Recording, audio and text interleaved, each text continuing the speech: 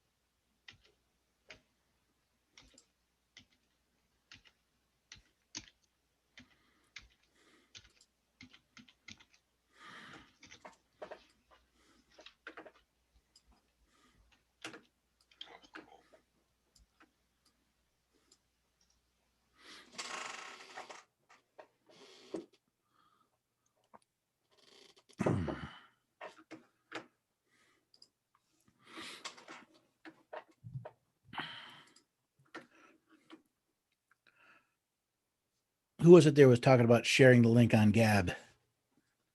What was that? So who was saying they shared the link on Gab? Me, Tunnel. On Tunnel. Thank you, man. You've been actually quite engaged lately. I'm glad to see it. Glad to hear it, man. Yeah, I gotta save the country. I think right now I'll settle for saving my little slice of it, my little liberty, and if I save mine and you save yours, who knows? Maybe this place will still be worth being part of. Well, locally, my state the people in the state in my state need to be educated, and I think we can just because everyone here is really zealous. They don't realize exactly what they can do.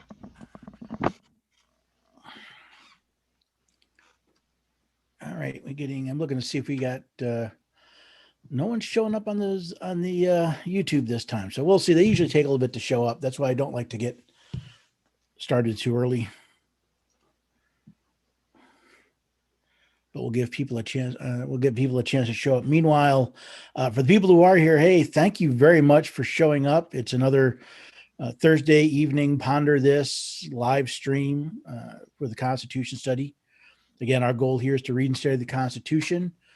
For those of you who are on the Zoom, obviously you can ask a question. I'm going to ask you to mute your microphones while I'm talking, just simply because when I record this, every time you speak, your little name pops up and it shows up, and it kind of makes it distracts the look of the video. So I appreciate that.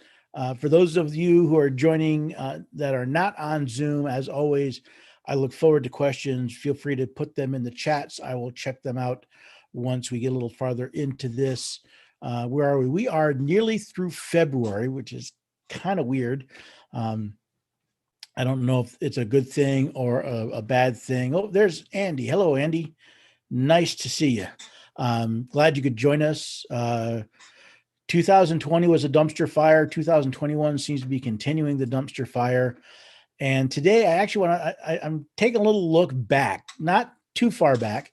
If we look back at 2020, at least when I look back at 2020, I think Liberty really took a kick in the teeth.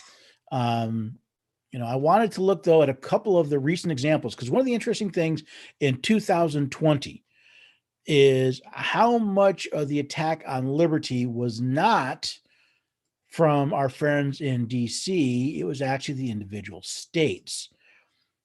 So, rather than, we tend to focus on the federal government. A lot of people think, they're looking for Washington to fix a problem. They're looking for the president to fix a problem. Well, I want to take a look at some of what's going on, what happened in some of the states. Some of it's still going on. and there wasn't enough for, not one of them really could I devote an entire episode to, but I thought there were several here and we can discuss them and then have an interesting discussion about what we can do about it. So let's start with first one I have here is actually out of Oregon. Is that Oregon? Yeah, I guess it's out of Oregon. It's Hermiston Christian Center, the Hermiston Christian School versus the governor of the state of Oregon. And basically, and I read there was a court action. They were looking for an injunction on the governor and their shutdown orders. And in this particular case, well, let me just read from the introduction to the case. Defendants, the Christian school, the defendants being the governor of the state of Oregon, have created two categories of small schools, public and private. All public small schools are in a preferred category of schools that are permitted to invoke an exception to pursue in-person instruction in collaboration with their local public health authority. All small private schools are in a non-preferred category, not permitted to invoke the same exception. Because all religious schools are necessarily private, all religious schools are category relegated to the non-preferred category. Now, this is basically about, public versus private schools. And this general idea that, the public schools, they're important. We need to have them open. Private schools, not so much, which to me is a complete inversion of what was created back in 1776. The idea that the people govern, not the state. And, but as I looked through this, there were several things that really caught my attention. So yes, first you have a situation where the government is they're giving preferential treatment to small public schools rather than private schools. And yes, all religious schools are inherently private schools, but what really get me is this idea that, some businesses, some organizations, they're special. They're preferred. They're given, they are essential. If there's one term that really lit me up in early 2020 when this all started, was this idea of essential versus non-essential. Essential businesses, essential functions. Where do state governments get the authority to determine what is and isn't essential? Let's face it, every business is essential to its owner and its employees. If you don't work, most times you don't eat. So, but this is another example in Oregon of a government saying, we're going to shut everything down. We're going to ignore the fact that it's illegal. It's a deprivation of property to say that you cannot operate your business, you cannot operate your school without due process of law. It's a deprivation of your liberty to say you cannot go out and do business, do whatever you want without due process of law. In other words, without being found guilty of some sort of crime. It's not exactly the rule, but it's fairly close.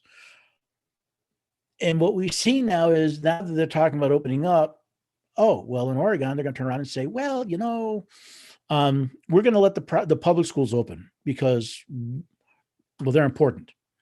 But if you're a private school, you're not important. It's just another example of the government, in effect, creating an oligarchy, creating a two-tiered system where if you're part of the government system, you get preferential treatment. If you're not, too bad. And so that came out of Oregon. And then I have one that came out of my adopted home state of Tennessee. Governor Lee extended his state of emergency through the end of 2020. And it isn't so much that he extended, it's this general idea of not of a state of emergency and what can be done under a state of emergency. Now, here in Tennessee, most, not all, most of what Governor Lee's emergency declarations involved had to do with how the state runs, right? Where state licenses going to be extended because of problems getting certifications. Were county and city board meetings allowed to be handled online because of social distancing? Most. But here's the idea: is we have a governor, in this case in Tennessee and quite a few of the other states, declaring a state of emergency for a virus that has a 98+% survival rate. Now, granted, COVID-19 does spread. It is fairly contagious, but it's not very dangerous. And we have, as bad as it is to see governments enforcing these lockdowns, these shutdowns, these taking emergency orders. What really bothers me is the number of people that simply say, okay, or even say it's a good idea. I was writing an article earlier today that'll publish in a week or two, talking about minimum wage laws. And one of the points being I make in that is the Constitution doesn't have an exception. In other words, when it says shall not, it doesn't say shall not unless there's an emergency. It doesn't say, it doesn't say the government can only do this much unless there's an emergency. And if we understand that most of our states exist, our state governments exist under their own constitutions, which set limits on state government, we need to learn what they are, because while several states have emergency order legislation, I've read, or in Tennessee, the Constitution only allows emergency declarations of emergency basically to deal with transportation and how the state government runs. But if we look at, again, so much of the rest of the country, we see the state simply going, well, we're just going to ignore your rights. We're going to usurp your rights. And because no one stands up and says anything about it, well, they figure they can continue to get away with it. And in most cases, they do. Let's see. Oh, another fun one. Let's see. Businesses were given curfews. This was in November of 2020 in Massachusetts. Now, I want people to stop and think for this just a second. You have a virus that's going around. Now, okay, is it really dangerous? Is it really contagious? I think even the CDC's bloated numbers show that it's not terribly dangerous. It is fairly infectious, but it's not terribly dangerous. But the interesting thing is, now we have we have these curfews. Now, I don't know about you, but I don't remember when I was in health class in high school being taught that viruses are only dangerous certain times of the day or night. Now, some people say, well, the idea is that you have a curfew because people tend to go out and congregate and socialize and have fun at night. So maybe this is not a question of the virus, but state government saying, you know what? We don't want people to have fun. We have these state agencies, these state governments saying, we're going to set the rules by which you live. And then the last one I saw as I was looking at these came out of California, and they were establishing a new plan for, where was it? Recommendations and mandatory requirements for all gatherings. Again, the 14th Amendment says a state cannot pass a law that deprives you of life, liberty, or property without due process of law, including, by the way, the liberty to peaceably assemble, which I'm pretty sure it's protected in the California Constitution, although I don't know where off the top of my head. But let's see, gatherings including more than 3 households are prohibited. By the way, that includes everyone, hosts, guests, everybody. If you have more than 3 households, you are not. It was supposedly against the law in California for you to get together. Let's see, gatherings must be outdoors for counties in what they call their purple tier. So they have tiers. They're deciding which areas are going to have rights and which are not. And these are just a few of the examples of states, whether they are doing it because they think they're trying to help people. These are states that are simply infringing on the rights of the people without due process of law. And the vast majority of the American people said, okay. There were some people that complained about it. And there were some people that, there are a few people that actually stood up to it. But there wasn't really nearly as much pushback as, at least as I would have liked to have seen.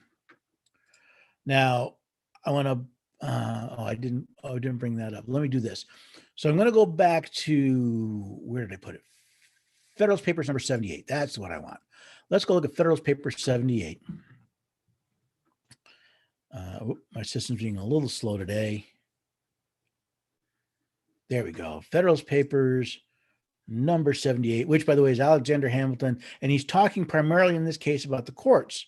But it's become one of my favorite quotes because he says in there, quote, "There is no position which depends on clearer principles than that every act of a delegated authority contrary to the tenor of the commission under which it is executed is void." Then he goes on to talk about acts of Congress that are contrary to the Constitution. But the general idea that an act of a delegated authority, and by the way, your state governments are exercising a delegated authority delegated to them by the state constitution. When they act contrary to it, it is void. So what does that mean? Well, it means two things. One, I like to point out that it wasn't COVID that caused the mess and the economic problems in 2020. It was government. It was their reaction to COVID. Two, most of these were void because they violated the authority under which these government actors' offices were created. But the American people let it happen. So as much as I can grouse and complain about what government does, ultimately, the vast majority of the American people simply stood back and said, okay, I will be bullied by the government into doing what they want. And this has become a recurring theme. Again, it's interesting. One of the court cases I used in my article I was writing earlier today, even as late as 1920, was it 1923? No, sorry, 1913. The Supreme Court recognized that unconstitutional acts are not to be followed. They have no weight. They have no value. And now here we are 100 years later, and the government says, no, I can do whatever I want. I can ignore what the Constitution says because, well, it's an emergency and this is special. I'm sorry, that is not a republic. That's not the land of the free. That's tyranny. That's oppression. In fact, Noah Webster in his 1828 dictionary says any law made by government not necessary for the safety of the state and society is tyranny. That's what we have. So 2020 was, for liberty, 2020 pretty much was a dumpster fire. And the American people, for the most part, there were a few exceptions. But for the most part, the American people did not comport themselves very well when it came to rights, when it came to backbone when it came to standing up against tyranny. And 2021, which everyone said, oh, 2021 is going to be better. 2021 is getting worse because now not only do we have the states doing it, we have the federal government doing it as well. And okay, they got 1.5 million signatures to recall Governor Newsom in California. Out of how many million people live out there? They got 1.5 million signatures. Okay. Are they going to replace him with anyone better? There's talk about impeaching Governor Cuomo in New York. Okay. Are they going to replace him with anyone better? Not from what I've seen living in New York. I lived in New York most of my life. So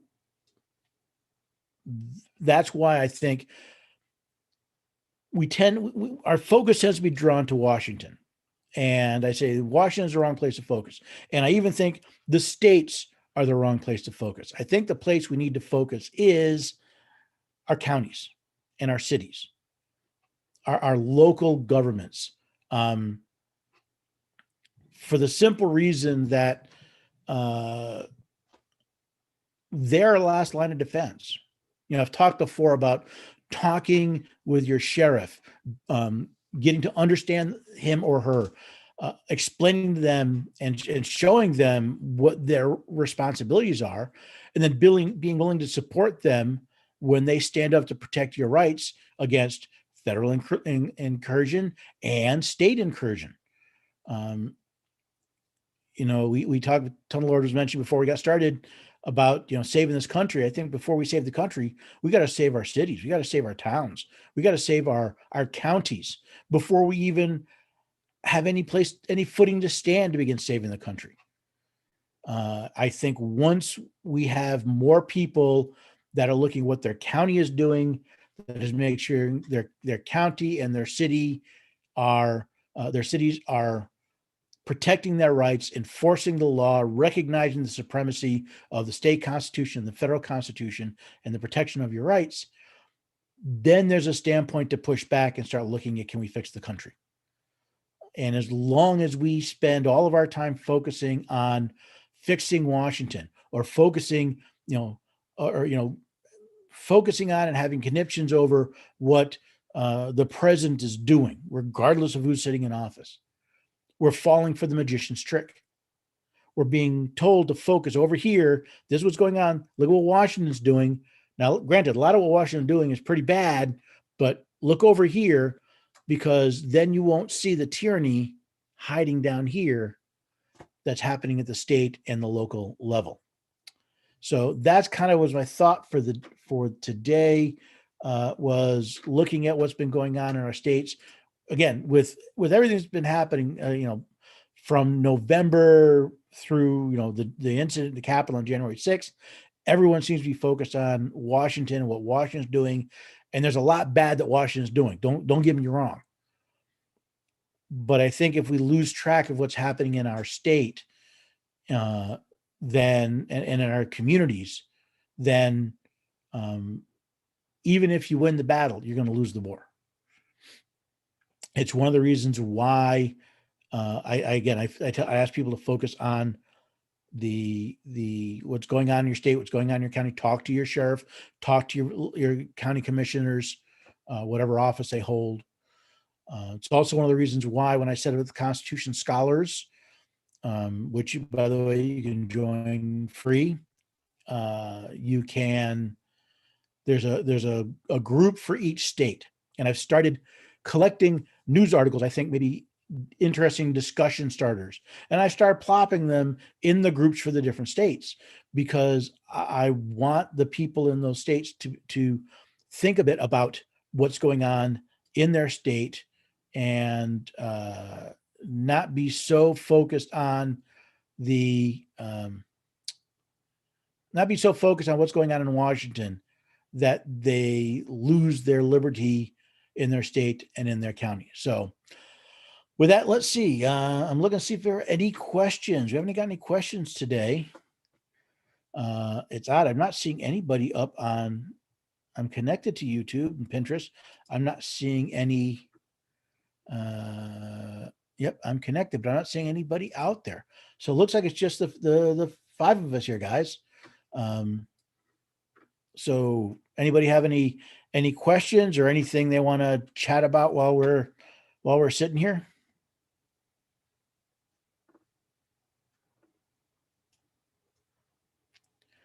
I can tell it's a lively crowd today. So someone I have, all right. So here's interesting. My latest fun. I know someone's out on YouTube because I got Andy out on YouTube, but when I look at my system, it says no one's connected via YouTube. So YouTube's not telling me that anybody's watching, but apparently we do have people. So here, do me a favor. If you're on YouTube, pop something in the comments, just anything, so that I know that an idea of people are watching. Oh, here we go. So Andy, thank you for agreeing. Incredible, Arizona, wonderful, loved it. I'm glad. You know what? I love Arizona. I have one Arizona joke. Don't take it personally, but Arizona makes me nauseous, but it's a dry heave. Um, I have I know people out in Arizona, and it's it is hot, but then again, I lived in New York where it was cold. So that's cool. So hey, at least I got a couple people out on YouTube. We're not completely alone. So again, any questions? It's I don't know today. I don't know if what it was today just doesn't it wasn't there was um a lot. I'm working on some stuff. I've got a couple of uh homeschool conferences I'm trying to get set up for. So I've been working a lot on getting ahead on my articles and stuff, but I don't know. It seems like everyone's quiet today. Last couple of events, we've had a lot of good questions, and nobody seems to be having any questions. Hello. Hello. Hello. Hey. Uh, I think a good discussion should be how we take back our counties. Like, what would be the steps? Like, for instance, my whole thing was you go to the sheriff first. You essentially tell him his powers and tell him he doesn't have to enforce unconstitutional laws. And then that now when we start a string of rights, we know the sheriff can tell his deputies, don't bother these guys. They're not doing anything wrong. When we start a string of rights, for instance, like if people were opening their businesses or not wearing masks or whatever. So yeah, I agree that we need to look at that. I have a slightly different approach, and it um I don't know if it's a little bit more of you get more with sugar than with vinegar. When I talked to my sheriff, I said, listen, I want to talk to you. I wanted to see where you sat. And I made one very simple point. And I said, my concern, what I'm most concerned about is if I pick up the phone and dial 911, when your deputies show up, they understand that their job is to protect the rights of the people involved. Their job is not to enforce state law. It's not to enforce federal law. Their first and foremost job is to protect the rights of the individuals involved. Now, my sheriff said, absolutely, that's the rule. And my response to that was great. Whatever you do something to protect the rights of the citizens of this county, I will stand with you. If whether it's we talked a little about some of the gun laws that we were expecting. We talked about some of the warrantless searches, and I said, understand if you have to stand up and people are after you, I will stand with you. I'll support the work that you're doing as long as you're doing your job, which is protecting the rights of the citizens. I think talking to your sheriff is a good first step, because the first thing you want to do is you want to understand what's the sheriff going to do. Now, where I live, my sheriff, I loved his answer. I also understand there are a lot of sheriffs that don't agree with that. I've seen some videos of people and sheriffs who are just, just doing my job, that type of stuff, which always makes me cringe, because that was the exact language used by the Nazis to justify their compliance with a lot of atrocities. Um, it's so they make me nervous. But the first thing is you want to find out if the sheriff is going to back you, because if the sheriff's not going to back you, you're on your own. Now, the next thing you want to do, and it's twofold, and leads me in an idea. The best thing to do, and my focus here at the Constitution Study is education. I think whatever we do, if we don't educate the people, if the people don't understand their rights and their responsibilities, then whatever we do, we're basically rearranging the deck chairs on the Titanic. You pull somebody out, you replace somebody, you change some law, but if the people are not behind it, if they aren't informed enough, then you're just going to end up back at the same place. Now, how do we do that? Well, there's a lot of ways we can do that. One of the reasons I put on not just the Constitution Study. I mean, I spend a lot of time and effort researching those articles, writing them, doing videos, doing events, keeping the system up and running, because it's a resource for you to use and it's a resource for you to share. That means sharing with friends. That means sharing with family. Now, one of the things I'm trying to do where I live is I'm actually trying to put together, we haven't come up for a name for it, but I'm calling it Knowing Your Rights, Bedford County. And we're not sure if it's going to be a breakfast. We're not sure if it's going to be a mini rally. We're not sure what it is yet. But the idea was to create a place in my county where we can discuss and understand what our rights are. And, because if your sheriff is good and you want to keep a good sheriff, well, you got to have people who will vote for sheriff that understand the role of the sheriff. And if you got a bad sheriff, the only way you're going to replace a bad sheriff and get a good sheriff is that the people understand the role of the sheriff and establish those expectations. Once you begin, now here's what I'm doing. I'm in a little bit of an odd spot. I moved down here a few years ago, and I don't have the connections I used to have. I mean, I used to know people in town that I lived in before. I don't know that many people in the town that I live in now. What I've been doing is I've been contacting those people, especially the small business owners, and say, hey, I have this idea. I just want to give a spot where people can sit and talk about their rights. We can discuss what's been going on. We can discuss what we can do about it. And, just a place, like I said, I don't care if we're just sitting down over a cup of coffee and chatting about it. Can we put something together? And I'm finding a couple of businesses that are willing. There's small business owners that say, yeah, what happened last year with the shutdowns really hurt my business. The mask mandates, I really don't like these. Some of the laws that are coming out, they're really troublesome. What can we do? And that's what I'm trying to set up here. Well, you can do the same thing in your county, where you can say, hey, would people like to get together and talk and discuss? And what does the Constitution say? What are our rights? Remember what John Jay said, right? He said, everybody ought to diligently read and study the Constitution of his country and teach the rising generation to be free by knowing their rights. That's the assumption. If you read and study the Constitution, you'll know your rights. Then you'll sooner recognize when they're violated and be the better prepared to defend and assert them. Which leads you to another thing you can do. There's a couple lives a couple hours from me. I met a couple weeks ago, and I'm working with them on a project. But they put on a class. There's an organization called Institute on the Constitution, and they put on a free online Constitution class. It's a 12-week class. This couple did that class in their house.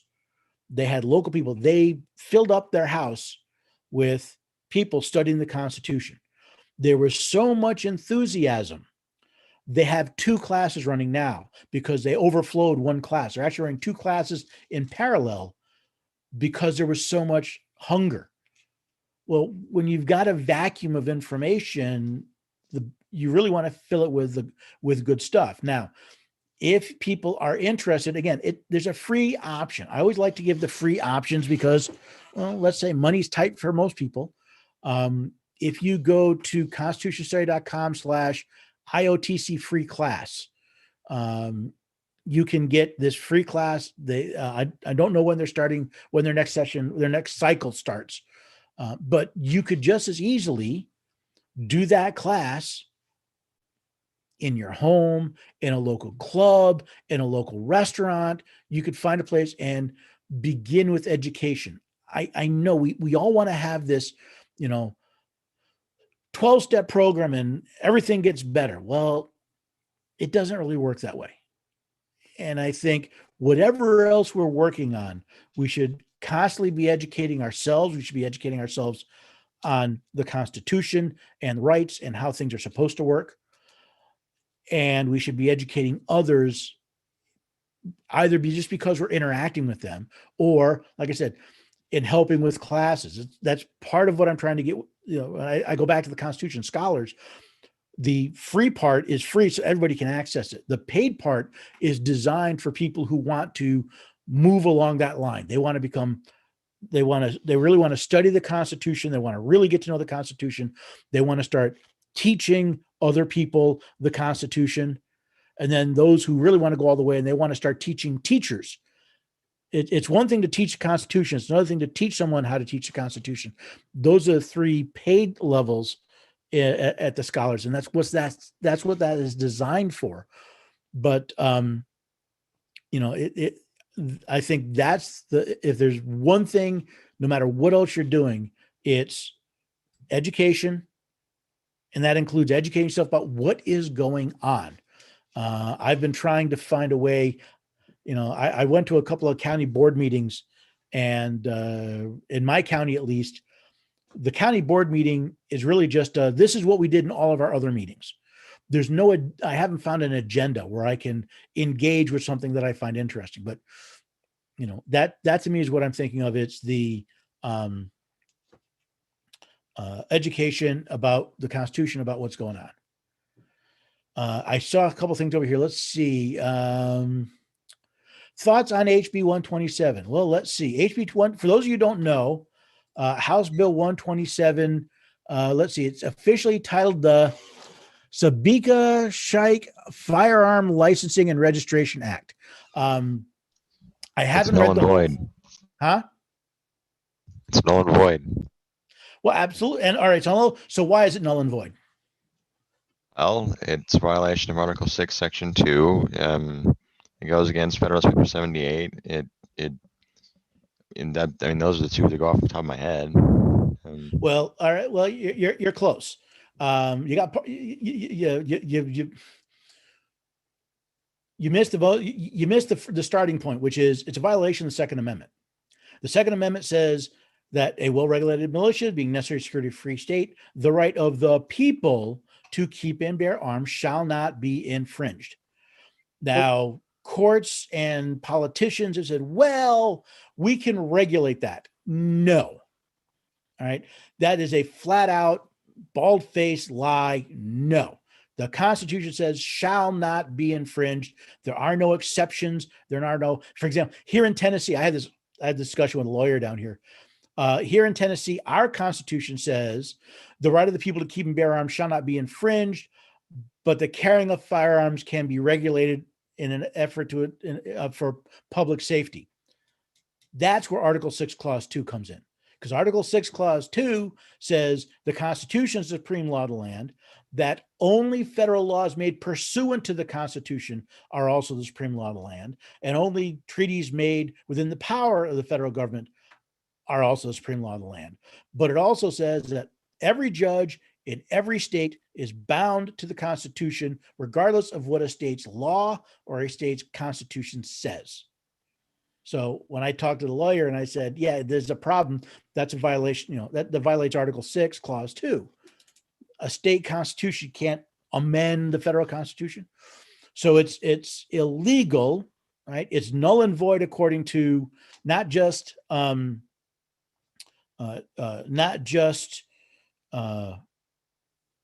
Hamilton in Federal 78. Sorry, I had a blank there for a second. But the Supreme Court case Marbury versus Madison. Now, if you spend as much time in the Constitution as I have, you've encountered this idea of Marbury versus Madison. Marbury versus Madison is called up, and it's where most scholars say that the Supreme Court assumed the power of judicial review. Now, this is one of those where English matters. The words judicial review do exist in the case, in the opinion of the case Marbury versus Madison. Chief Justice Marshall, I believe it was, when he wrote it, said, yes, there is the power of judicial review. When we look at a case, we review all the laws.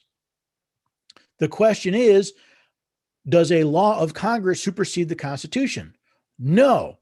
In fact, if I get it right, the particular construction, the particular language of the Constitution, I got to think of it. I can't pull it off the top of my head. He basically says, listen, the Constitution says that if an act of Congress is repugnant to the Constitution, it is void. It is empty. It is meaningless.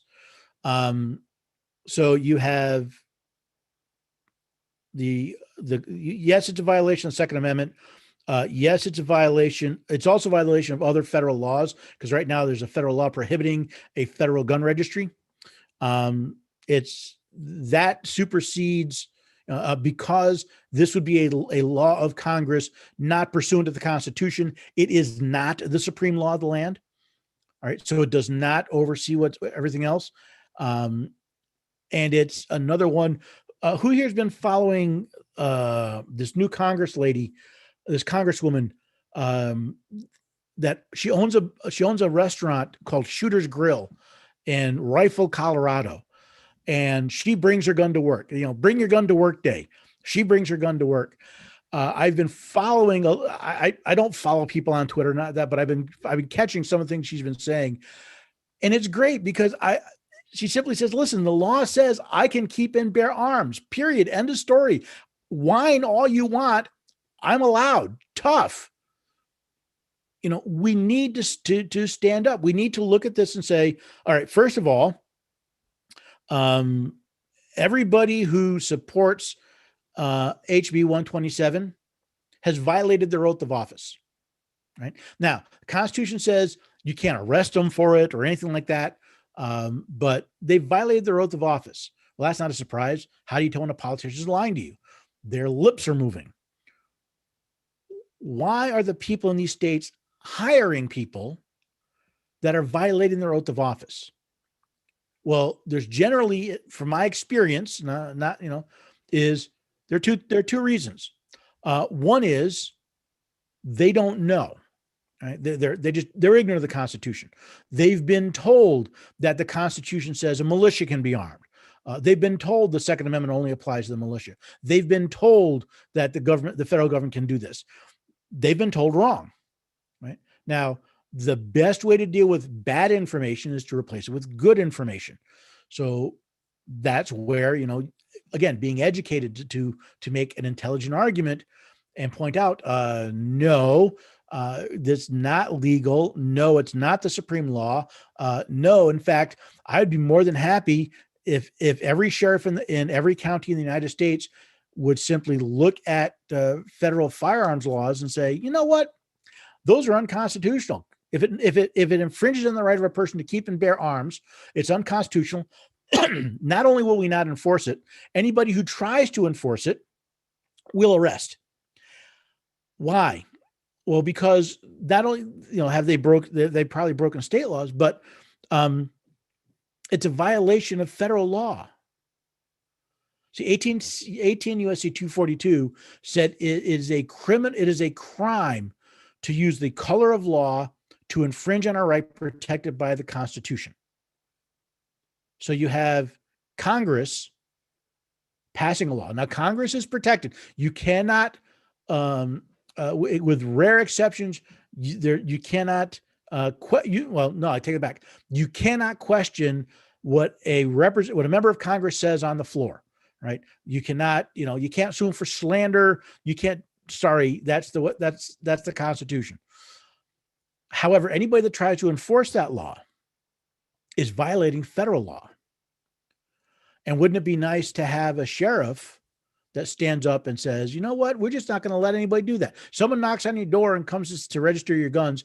Just call us and we'll escort them off your property. And if they push, we'll arrest them and, have them escorted out.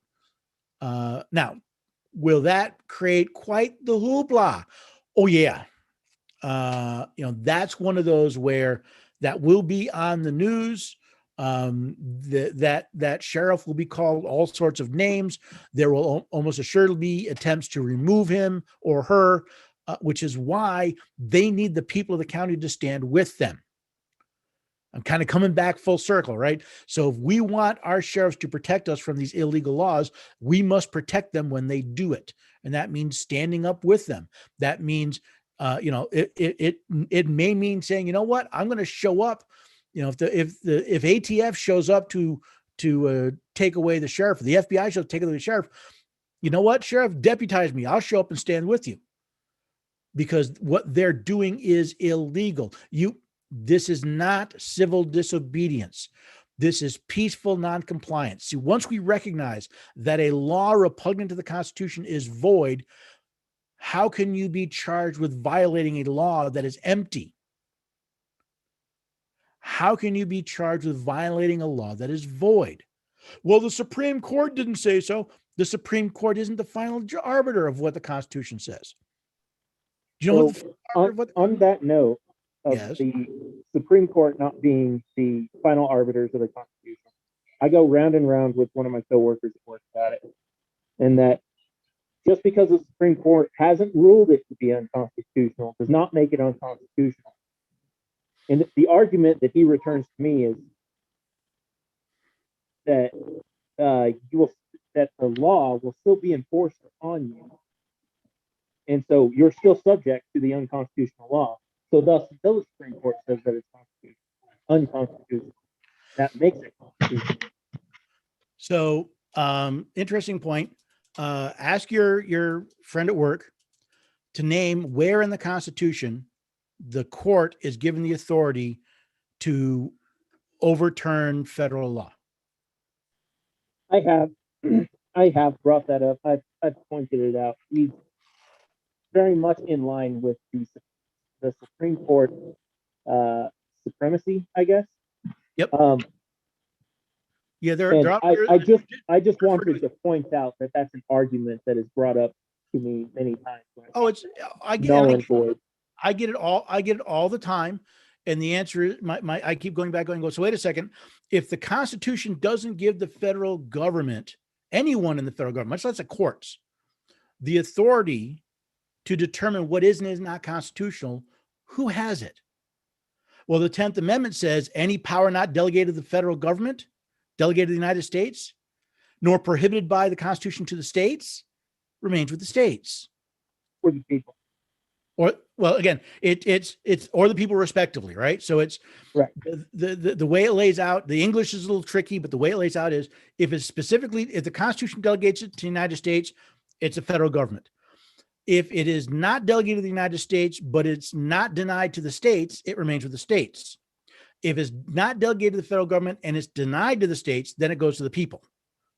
Right? That's the weird construction. But what you have is a usurpation of power. You have a theft of power and rights because we're taught in school, and especially taught in law school, that the Supreme Court is the oligarchy over everyone. Well, that's not true. Perfect, and sadly, the odds of changing that person's mind are probably very slim, because there are numerous examples of the court getting it wrong. And, Dred Scott, Korematsu are two of my favorites. But the balancing act, the tricky part is, where's the distinction between a tyrannical rule by an oligarchy of 9 and anarchy, where everybody just makes up their own mind what it believes? And that's, to me, that's why we look at the way the laws are written. when I was much younger, when I was much younger, I took flying lessons, and the one thing I loved when I was studying for my license was there's a rule. There's an FAA rule that the pilot in command of an aircraft can break any law, any rule in the book they want, as long as they can prove it's to maintain the safety of the aircraft. Right.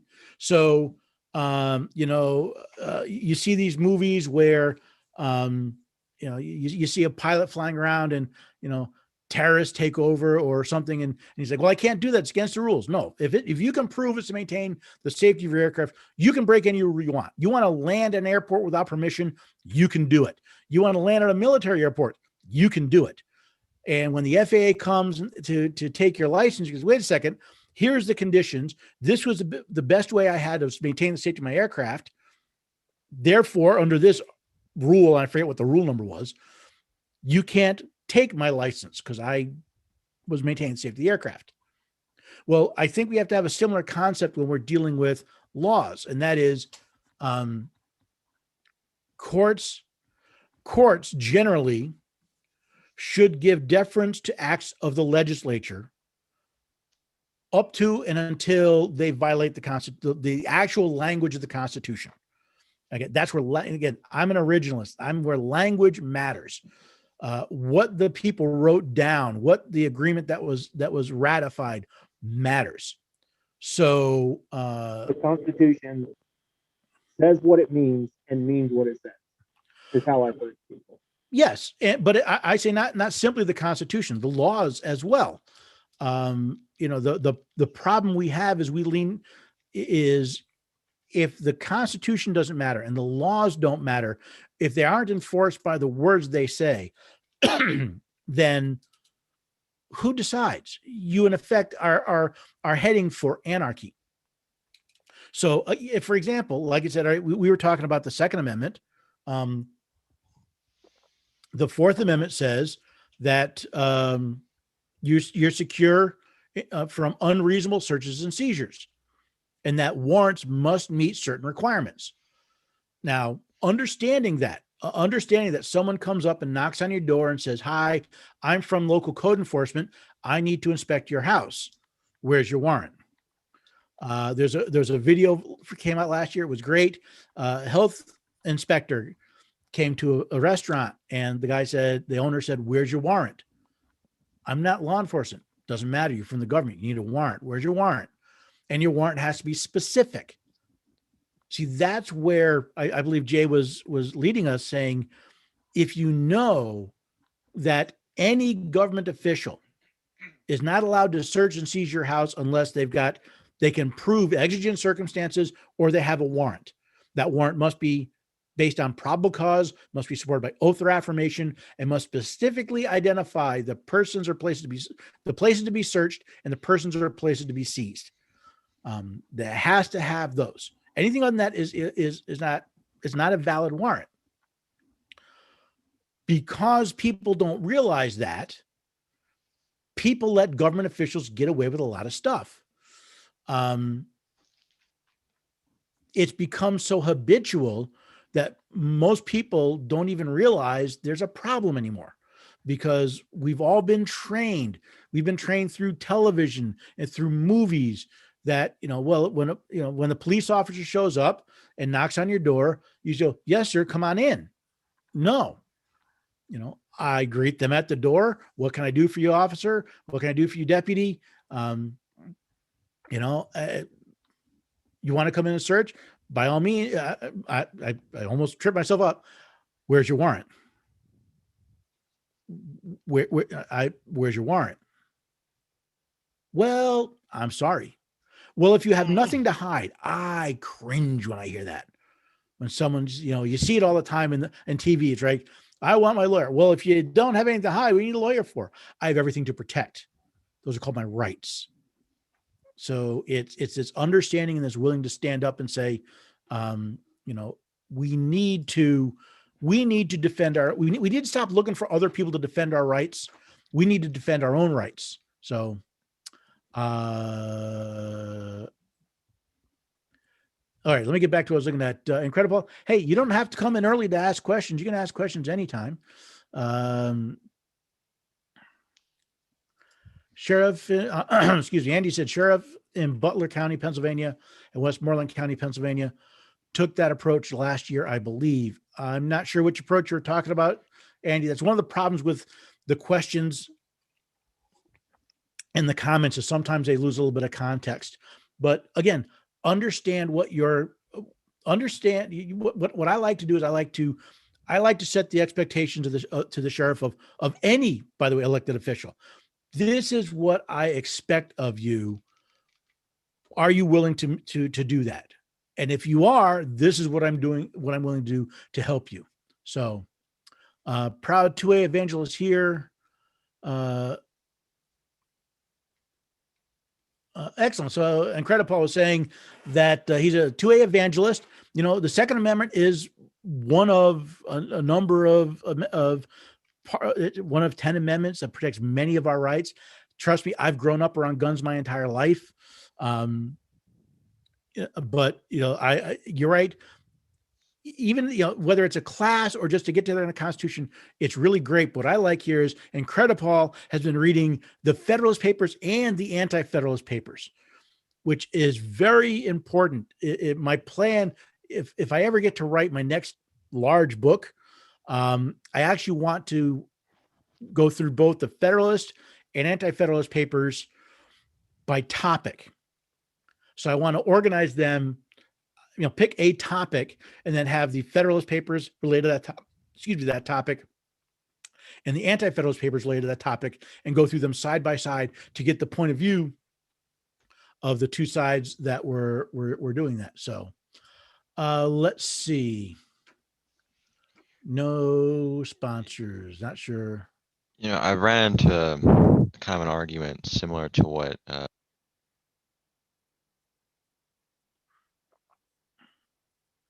I think we lost you there, Tunnel. You started talking, then you dropped out. Oh, okay. There we go. Okay. So yeah, I ran into an argument kind of similar to Sean's, about how there needs to be, like, I've ran an argument where people say, oh, there needs to be a final arbiter for the interpretation of the Constitution, and that's what the Supreme Court is for. That's what I've ran into. I ran into that a lot. That whole idea.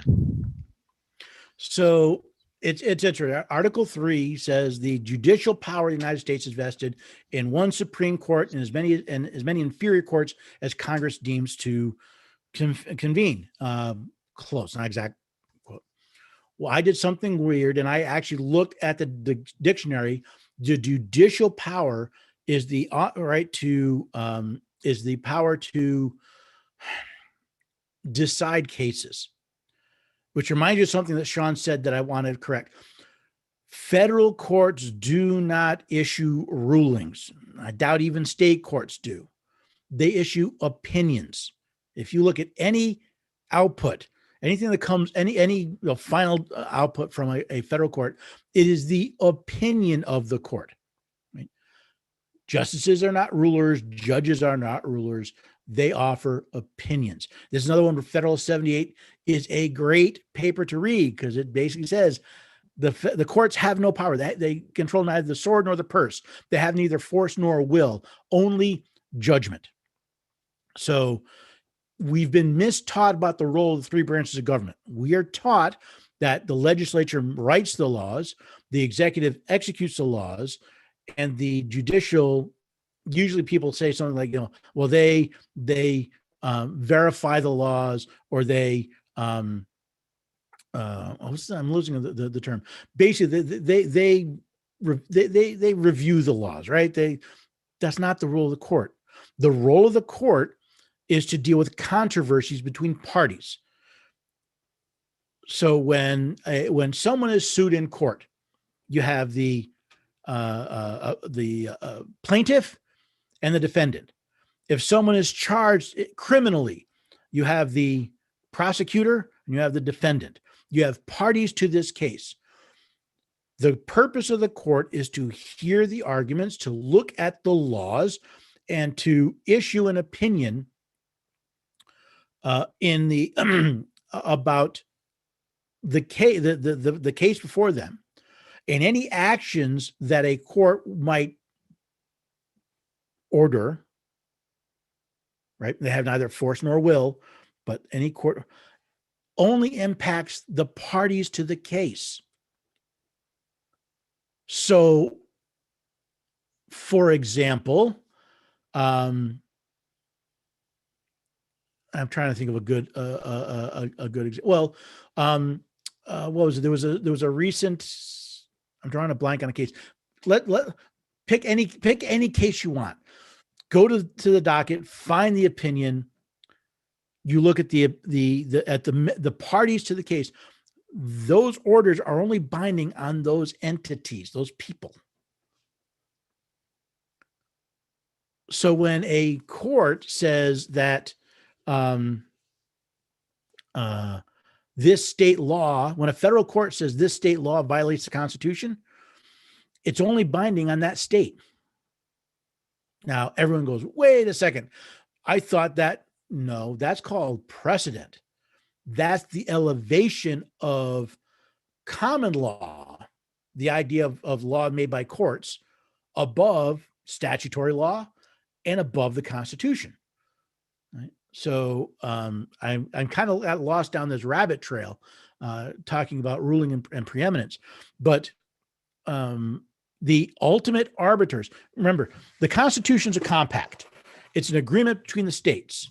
And like any agreement between multiple parties, the ultimate arbiter of the meaning of the document are the parties to the document. The final arbiter of the meaning of any compact are the parties to the compact. And the parties to the compact that is the Constitution of the United States are the states. That means it is the states that are ultimately the arbiters of what the Constitution means. Now, if you read the Founding Fathers, they looked at it and said, yeah, the states ultimately decide, but it shouldn't be one state. I got to find this. I want to write an article about this one of these days when I have some time. They didn't say that one state should simply ignore what nullify is the term that's used, a law, but all the states, or at least a vast majority of the states, should, if they agree that this is that what the Congress has passed is unconstitutional, then they are the final arbiters. So we have 50 states, right? If 30 of the 50 states say, you know what, HB 127, that's garbage, everybody should simply accept it because they are the arbiters. They are the final arbiters because they are the parties of the Constitution.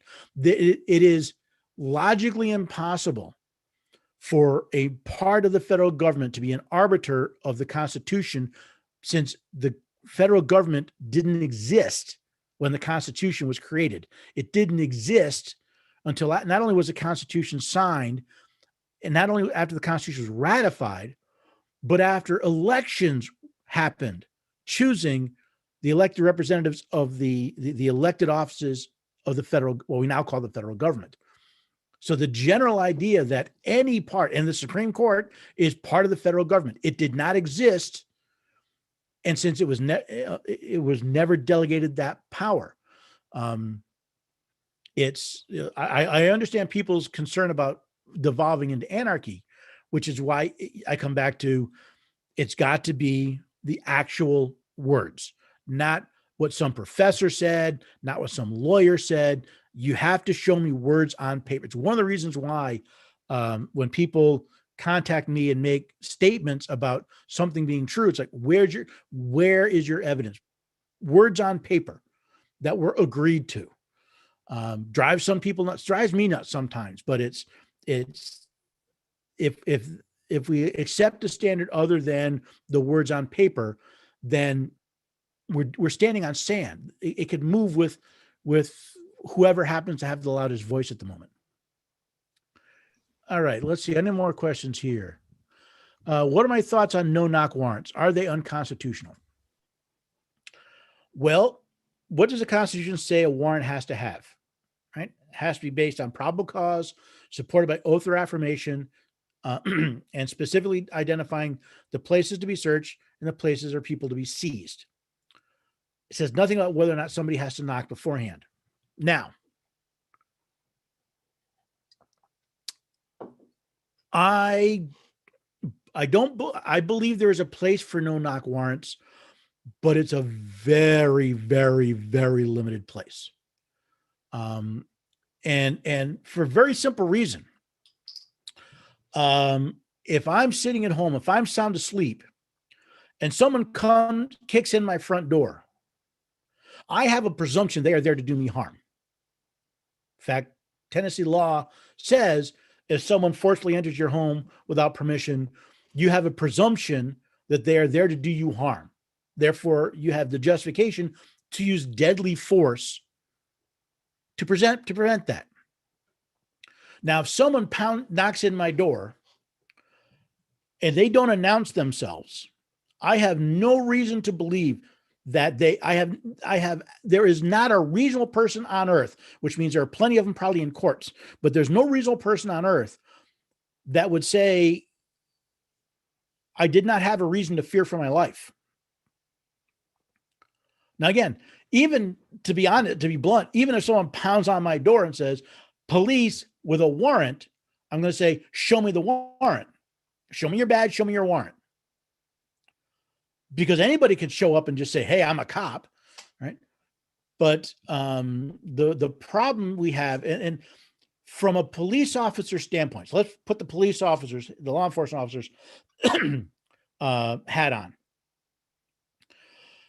If I am there to serve a warrant on someone who has a history of violence, especially violence against the police, do I want to give them a heads up I'm about to kick in their door?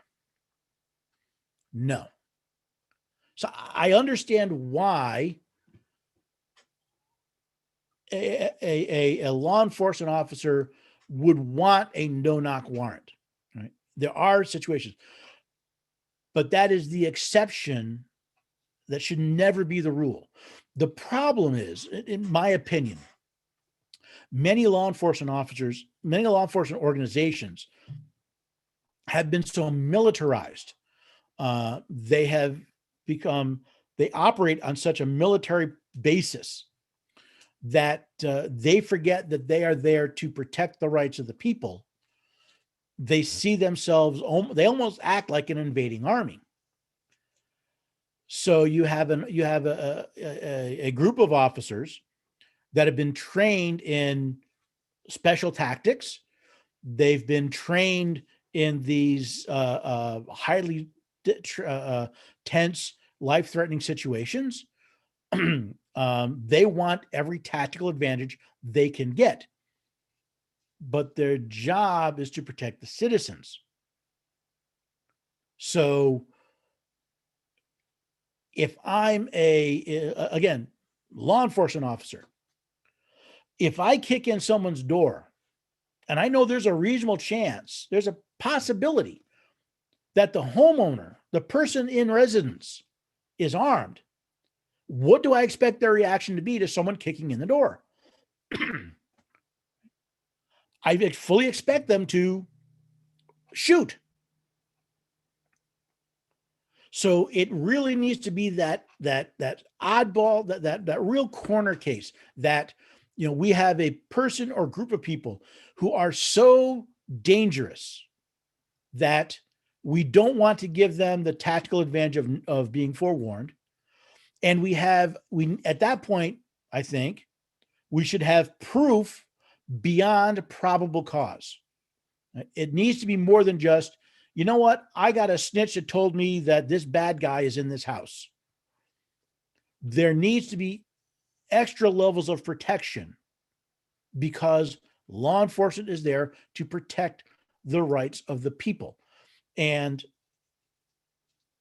we want to do everything we can to minimize not only the possible loss of life or serious injury of suspects, but of innocents as well. So I think while I can't speak for every jurisdiction, I think very often people focus on the few no-knock warrants and the few situations where they have gone horribly, horribly wrong. And not stop to think, maybe there's a reason, but here's the flip side of that coin. And an incredible asset. Here's the flip side of the coin.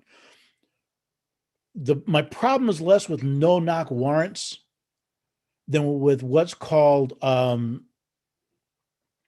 just lost the word, limited immunity.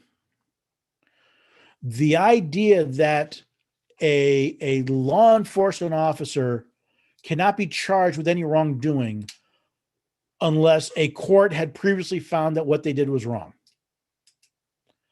I'll give you an excellent example.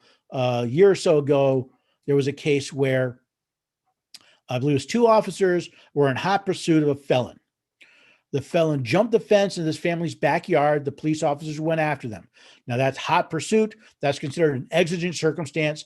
The police officers did not, the law enforcement officers did not need a warrant because they were in hot pursuit. They tell everybody, everybody freeze, everybody get on the ground. Everybody there freezes. Everybody there gets down on the ground, right? Officers have their guns out. They're taking the person in custody. The family dog comes out and the family dog is concerned. What's going on? Now, the family dog is not being aggressive, is not barking, not growling, not charging. The dog is wondering what the heck is going on. The homeowners tell the dog to go back in the house. The dog goes away for a while. Dog comes back. They're concerned. Law enforcement officer shoots the dog, and in doing so, not only kills the dog, but wounds one of the innocent bystanders. Now, this officer was charged, and the court said that he had limited immunity because the court had never said the idea that discharging your firearm when your life was not an imminent threat, that not only killing the property but wounding an innocent bystander through a negligent use of a firearm is wrong. No court had ever said it was illegal. It was a violation of the Fourth Amendment before, so we can't hold this officer accountable. That I have a problem with. Right? That officer swore to support the Constitution of the United States. They should know better. If an officer pounds into a home with a no-knock raid and gets a chest full of buckshot, the homeowner should not be charged because he or she was defending themselves from an imminent threat.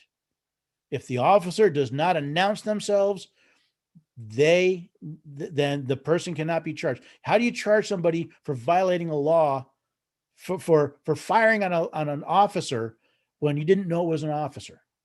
That's my problem with no-knock warrants. It's not the warrant itself. It's when police officers, when any government agent is given special protection not available to the general public. That's where I have a problem. I hope that answers. Exigent circumstances become a dangerous territory as well, don't they? Because that's basically a warrantless entry of your house, albeit for perhaps a noble cause. Noble causes can quickly become despotic. I can't think of the word, but Well, understand, noble causes and exigent circumstances are two different things.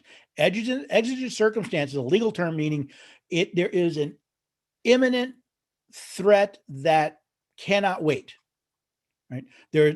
So, for example, the example I use: law enforcement officers in hot pursuit of a felon is considered an exigent circumstance. Right? You're not going to stop at the door, knock, and ask permission to come in. You're not going to call up a judge to get a warrant. If you are now in most jurisdictions, as I understand it, the officer needs to be witness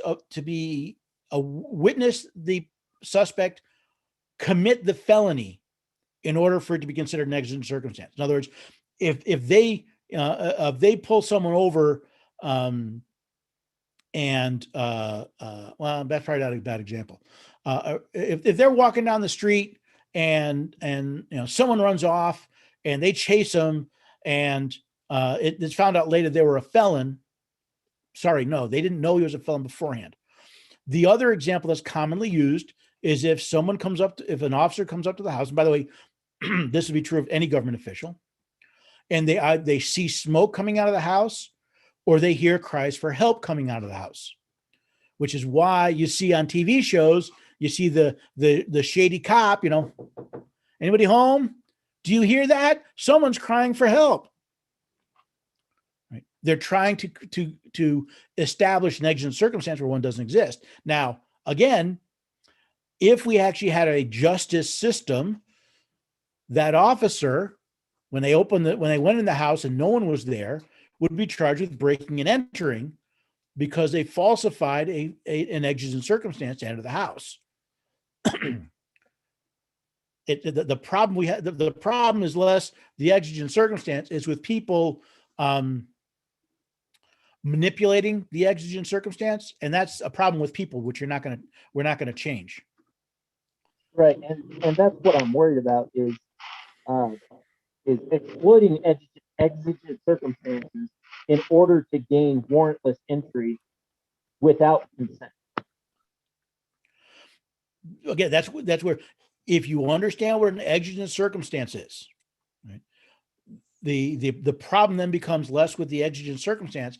It's with the officer's presumed immunity from the consequences of that violation. Okay, so child abuse, right? We can all agree that child abuse is bad. Nobody wants a child to be abused. So a neighbor reports that they suspect one of the children in said house being abused. So the police claim exigent circumstance to enter the house, and the person at the door who answers the door says, "No, you can't enter my house. My children are fine." You don't want speaking as a concerned citizen, I don't want the police to walk away and to let the child continue to be abused. But at the same time, that person has the right to deny entry because. See, that is not an exigent unless the officer has probable cause that the child is an imminent threat. That is not an exigent circumstance. If there's a report, because you get into the other problem you have, and that is, okay, where do I confront my accuser? If someone picks up the phone and says, "I think my neighbor's children are being abused," unless they're saying the guy has a gun and he's about to shoot them, there's no reason why an officer can't go to a court. It doesn't, nowadays with telecommunications, it doesn't take long, 10, 15 minutes. I have a report. I have a sworn affidavit from the neighbor that there's a high probability of child abuse. I don't know a judge, I don't know many judges that wouldn't look at that saying, absolutely. You've got probable cause. You have oath or affirmation of that person. Yes, you can enter the house. You can search and check on the welfare of of the children. Right? That's a warrant. Takes 10, 15 minutes. We're back in the problem of people. We don't want to bother. We don't want to bother with the process. And I understand the situation, right? If there's a report of potential child abuse, and an officer shows up and hears a kid screaming and crying in pain, that's an exigent circumstance. But simply walking up to the door going, nope. And again, it comes down to the problem the homeowner runs into is the officer is likely, I don't know how to put this. The officer is likely to put the presumed endangerment of the child above the rights of the child and the homeowner. We see this a lot in child protective services, where someone from Child Protective Services thinks a child is being abused. They have no evidence. They have no proof. They have no probable cause. They think so, and they pull the kids out. Understanding our rights, and then the Understanding your rights allows you to assert your rights, to defend and assert your rights.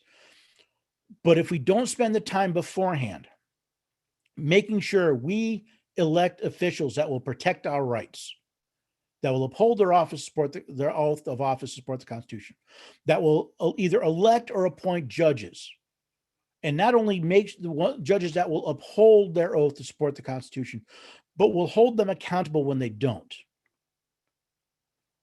If we don't do that work beforehand, then we can't be surprised when they don't follow the rules, when something like that happened. It's like deciding the day of the race that you're going to run a marathon. You've done no training, you've done no preparation, you're 40 pounds overweight, you haven't run anywhere but to the bathroom in the last 30 years, and now you're going to run a marathon. If we want a justice system, we need to make sure we're working to have people in the justice system that are held accountable. We've set the standard, right? Federal Constitution, state constitution, and state laws. That's the standard. You're up to uphold that standard. If you do not meet that standard, you cannot have the job. If you can't have it sounds simplistic because it needs to be. If we don't uphold all right, Greg, have a good night. If we don't uphold the law, if we don't uphold those standards, we can't expect something to suddenly change when we are on the receiving end. And I'll give you another example. Jury duty. Who here has weaseled out of jury duty? Put another way, who here has heard the saying, you're not judged by a jury of your peers, you're judged by 12 people who couldn't figure out how to get out of jury duty? Do you understand the importance of a jury? I talked before about the role of courts. There's a reason why in criminal cases, the right to trial by jury is so important, because it is not the state, it is not the government that convicts you of a crime. It is a jury of fellow citizens. So when you are called to jury duty, when you get that summons, imagine you're the defendant. You're the person whose life has been turned upside down, inside out, backwards, and forwards. Maybe you did it, maybe you didn't. We don't know. Would you want someone on the jury who knew the Constitution, who understood rights, and who was willing to stand up for the rights of a fellow person? Or do you want someone who just couldn't figure out a good way to get out of it? It's jury duty. You know, we all talk about the right to vote, the duty to vote. Jury duty is such an important part of living in a free society, because it's not the government accuses you, it is your citizens that convict you. And it should be taken very, very seriously. It should be considered an honor, a privilege, and a solemn responsibility, because you hold the future of another human being in your hands. But if we all sit back and say, "No, I can't be bothered. I can't be bothered. Oh, wow. Now I'm the guy in the dock." Well, why can't I get better jurors? You couldn't be bothered. Why do you expect anyone else to be bothered? If we want those laws enforced, we need to make sure we're hiring people that will enforce them. Excuse me. And we need to take responsibility and participate.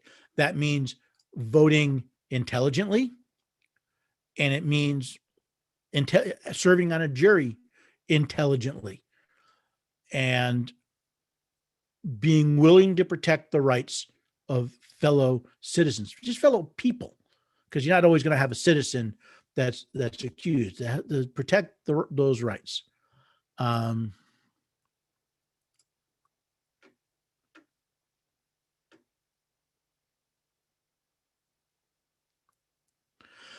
Okay, so DJ asked, when you refer to the states, for instance, when you say the president works for the states or powers not delegated to the Federal Reserve of the states, exactly who is the state? We have 50 of them. These are organizations. These are, the states generally refer to the people and the government that they have created. So I live in the state of Tennessee. The state of Tennessee consists of land masses, a geographic area with its own citizens. I'm a citizen of the state of Tennessee. And we have created for ourselves a government under a constitution of the state of Tennessee.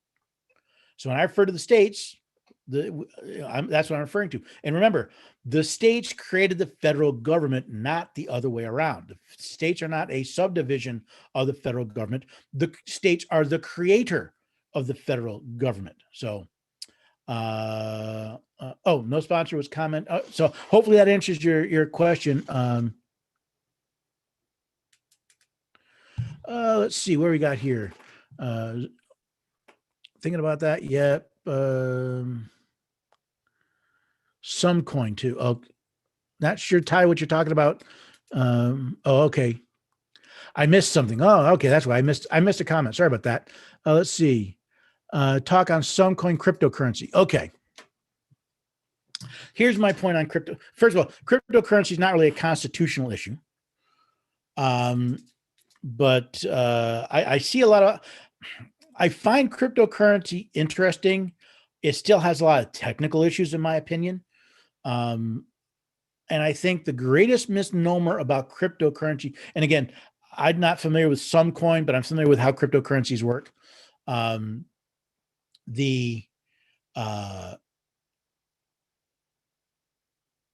coin cryptocurrencies work. They're computer programs, right? They're computer data, and they have a lot of very interesting features to them. But this idea that they are not fiat currency really is wrong.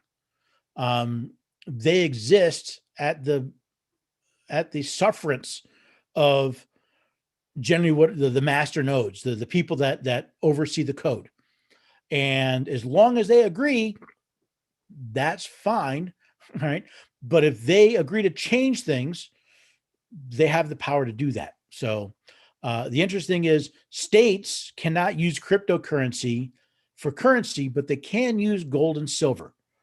Constitution, let's see, actually, double check. I'll find it for you because I want to get it right. Constitution of the United States. Article 1, Section 10, no state shall enter in any treaty, alliance, confederation, grant letters of marque and reprisal, coin money, emit bills of credit, make anything but gold and silver coin a tender in payment of debts. Right? So states cannot use anything but gold and silver. The federal government is also empowered to mint coins. That has been extended questionably constitutionally into printing bills. But they've been allowed to, the federal government can coin money, but cryptocurrency really isn't that. So the question with blockchain, the interesting thing about blockchain, I'm not an expert, but what I understand, I've done some research on it. Blockchain is basically a shared ledger. So the way most blockchain technology works is you've got a bunch of computer nodes that get together and they compete, usually from a cryptocurrency standpoint, they compete to be able to add the next block to the chain. So in the case, well, let's not talk about crypto. Let's take an example I heard recently about voting. Blockchain technology for keeping track of voting has some interesting standpoints, right? Let's say you've got a state. That state has, say, 20 blockchain nodes, and as each county goes to file its data, all 20 nodes have to agree that this is the correct data. It gets added to the chain. And it's nice because it's open. I've been in the open source world for decades now. And the nice thing about open source is if it's open, everybody can see it. So the idea with the blockchain technology is that everybody can see it and everybody can see the code, and you get this consensus before anything is recorded. And no one is allowed to change a previous block in the chain because it's against the rules. That's kind of cool. The downside to it is it's still computer code. It's still ones and zeros stored somewhere, meaning there's still the possibility of it being used maliciously. Is it difficult? Probably. That doesn't mean it's impossible. So blockchain, to me, I like the idea of blockchain. In other words, I would be happy if a state turned around and says, you know what, we're gonna do all of our voting records, all of our voting totals are going to be done on blockchain and open and available online. And as each county counts their ballots and submits those totals, it gets added to the blockchain and everybody updates and sees it. To me, I see that is a good purpose of blockchain. I think cryptocurrency has some possibilities, but I think it's technically got some issues that it needs to mature past before it will really take off into something really usable. Okay, so I did that. I got back to there. Well, you know, Ty, I'm send me some information about Sumcoin. I'll tell you what. Hit the website. Send me some information about Sumcoin, and you know why I should love it more than everything else. And we'll see. We'll see what's going on. See. So people have gotten out of jury duty. You know what? I'll tell you, sir. I got called for jury duty.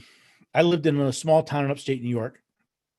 I got called for jury duty, and I was actually called to be on the jury, and I got let go the first day because of a communication issue as to when we were supposed to be, when we were going to be notified about when we had to show up and when we were actually supposed to be there. So I ended up not serving on that jury, but that actually is that was an interesting story because I ended up in an argument between two lawyers and a judge while I was being interviewed for the jury duty. And it had to do, believe it or not, with the question. And this is before I studied the Constitution. I was still constitutionally illiterate at the time. I was asked if I could convict someone on the testimony of a single witness. And I said, no. I said, there must be more than just the testimony of a single witness. And I ended up in a debate with one of the attorneys about what would constitute sufficient evidence. And the judge got in on it. And it actually, I thought it was kind of fun. I kind of enjoyed myself.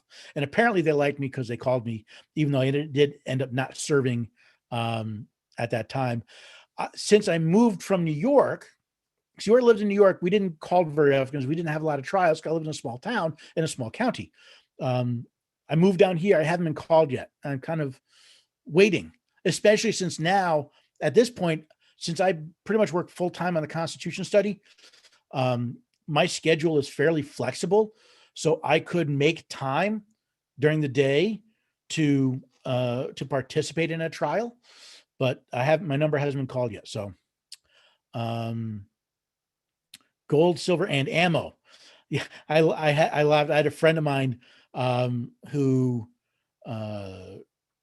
recently, well, a few years ago, he started getting into guns.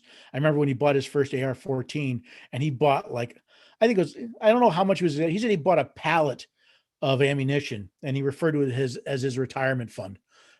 So I like guns. I like ammo.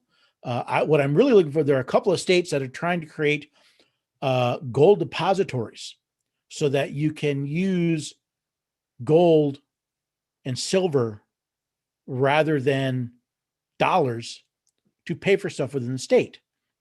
And there's a few states, I know Texas was one, I forget what the others were, that they were trying to pass legislation to create a gold depository. And then the question is, once you have a gold depository, could they offer the services that a bank would offer? In other words, would they offer a checking account drawn against gold, against your deposit? Would they offer a debit card? And I love that idea because it's did I say something other than AR-15? I mean, I know I've got one, but I may have missed. Apparently I stumbled over me words. But I'd love to see the states take control of the money supply back from the federal government, from the standpoint of saying, let's give the people something other than US dollars that they can use, at least for transactions within the state. I said 14. There is an AR-14, but you don't see them very often. They were created. I don't even know. They were created. I don't know if I don't think they still make them anymore, but there was actually an AR-14 developed around a similar time. With that, where are we? We're at 8:30 my time. Has anybody got another question to throw out? If not, we'll call it a night. Going once, going twice. I don't know. I've never heard of an AR-16. I don't know. You know, AR-15, AR-16, whatever gets the job done, right? So with that, all right, we'll call it a night. Thank you everyone for showing up. Please head over to the website, constitutionstudy.com. Feel free to share this. I will have this video posted sometime tomorrow. Share this, share all the videos.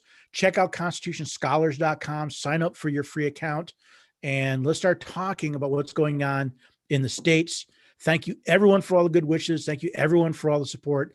And I will see you live in 2 weeks, right back here at the Constitution Study.